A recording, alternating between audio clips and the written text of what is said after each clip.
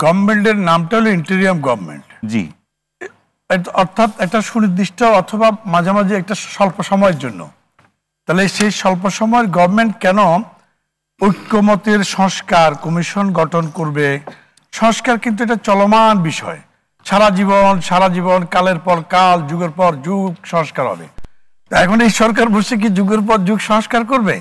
তাদের বেসিক সংস্কার করা উচিত ছিল ইলেকশন কমিশন এবং ইলেকশন পদ্ধতি, যদি কোথাও করার দরকার থাকে।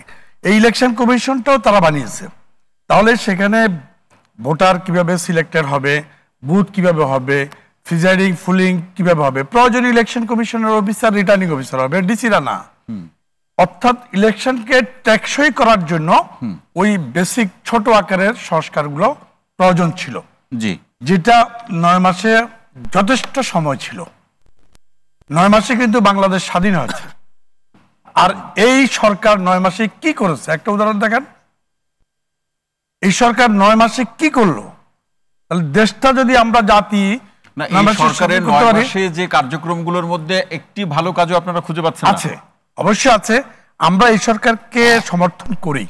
এই সরকারের মাধ্যমেই, তবে শর্ত থাকে যে এই সরকারের মাধ্যমেই আমরা সুষ্ঠু নিরপেক্ষ নির্বাচন চাই, যেটার জন্য আমরা 15 বছর লড়াই করছি, গুণ হয়েছি, খুন হয়েছি। আমার নেত্রী খালেদা জিয়া জেল খেটেছে, আমার নেতা নির্বাসনে।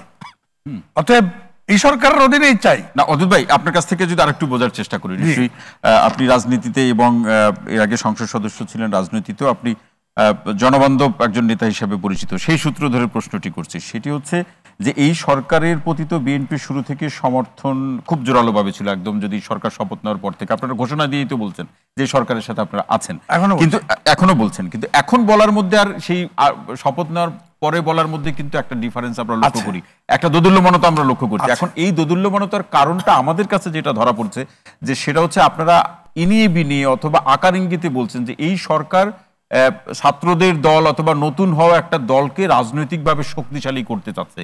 এই এর প্রমাণ কি? এটা যে করতে চাচ্ছে তার প্রমাণ কি? এটা আমরা ওভাবে বলছি না।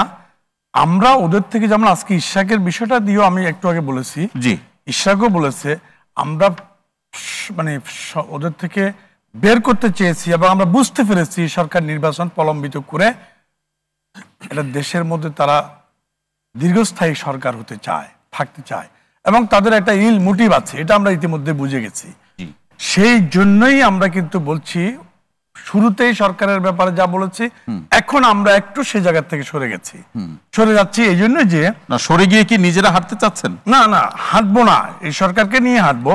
শুরুতে যেমন ধরেন না, আপনি যেটা বলছেন, এই সরকার যদি দেশের ভালো চাইতো, সকল দলকে শুরু থেকে আস্থায় নিয়ে সকল রাজনৈতিক দলের সাথে খোলামেলা খুব আন্তরিক আলোচনার মাধ্যমে দেশটা চালানো উচিত ছিল। সরকার আলাপ আলোচনা তো অসংখ্যবার হয়েছে। এই আলোচনাটা একটা জাস্ট ফর্মালিটিস। যেমন ধরেন, এই আলোচনার কোনো কিছু নাই, এর সার কিছু নাই। আলোচনাটা হওয়া উচিত ছিল এরকম যে আমাদের কোনো দল নাই, আপনারা এই দেশের রাজনৈতিক দল, আপনাদের উপরে ভিত্তি করে আমি একটা সরকার, একটা গণতন্ত্র উপহার দিয়ে যাব, আপনারা আমাদেরকে সাহায্য করেন। কিন্তু এই জায়গাতে একটা ছোট প্রশ্ন বড় আকারে আমি রাখতে চাই। কেন জানেন? যে যদি বিএনপি মনে করে যে আসলে আলাপ আলোচনার নামে শুধু দেখানো আলাপ আলোচনা হচ্ছে, তাহলে বিএনপি কোনো একটি আলাপে গিয়ে বলতো যে এইভাবে আলাপ হলে আমরা রাজি না। কিন্তু বিএনপি তো আলাপ হলে তারা গিয়েছে, নিজেরা উদ্যোগী হয়ে আলাপের তারিখ নিয়েছে, দেখা করেছে। আমরা সদয় বিনয়ী, আমরা অনেক বেশি স্যাক্রিফাইস করতে চাইছি, অনেক সহযোগিতা করতে চাইছি, এই সরকারকে সাপোর্ট দিতে চাইছি বলে আমরা নিজেরাই সময় নিয়ে কথা বলেছি। সেটাকে আমরা সাধুবাদ হিসাবে দেখি। কিন্তু সরকারের মধ্যে কোথায় জানি একটা হাম বড় ভাব আছে, যে হাম বড় ভাবের কারণে আপনি শপথের দিন খেয়াল করে দেখেন, শপথ অনুষ্ঠানে বিএনপির প্রধান দেশে নাই, কিন্তু প্রধান মহাসচিব, চেয়ারম্যান বা ভারপ্রাপ্ত চেয়ারম্যানের অনুপস্থিতিতে আপনি শপথ অনুষ্ঠানের দিন খেয়াল করে দেখবেন যে একটা এত বড় একটা দলের মহাসচিবের সাথে কি ধরনের আচরণ করেছে। অর্থাৎ বডি ল্যাঙ্গুয়েজটা ছিল যে চিনি না, হু আর ইউ, মিনিংটা এরকম। আমি এটাই বুঝাচ্ছি। তারপরেও আমরা বিনয়ী থাকতে চেয়েছি, সরকারকে সাপোর্ট দিতে চেয়েছি, যে তাদের মাধ্যমেই এদেশের মানুষ ভালো কিছু পাক, যারা জীবন দিল তাদের আত্মা শান্তি পাবে, কিন্তু সরকার সেদিকে হাঁটছে না। সরকার সেদিকে হাঁটছে কিভাবে? জি, ঐক্যমতের কমিশন গঠন করে একটা অনৈক্যের ধারা সৃষ্টি করতে চাচ্ছে।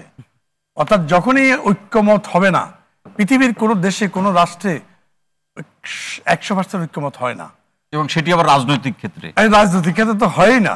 বাংলাদেশে সেটা এত সোজা। এবং বাংলাদেশে তাহলে এই ঐক্যমতের নাম দিয়ে, কমিশনের নাম দিয়ে বেসিক্যালি জানে যে ঐক্যমত তো হবে না, তো যখনই হবে না তখনই ইলেকশনকে আমরা প্রলম্বিত করব। সংস্কার যখন আমরা একমত হলাম না,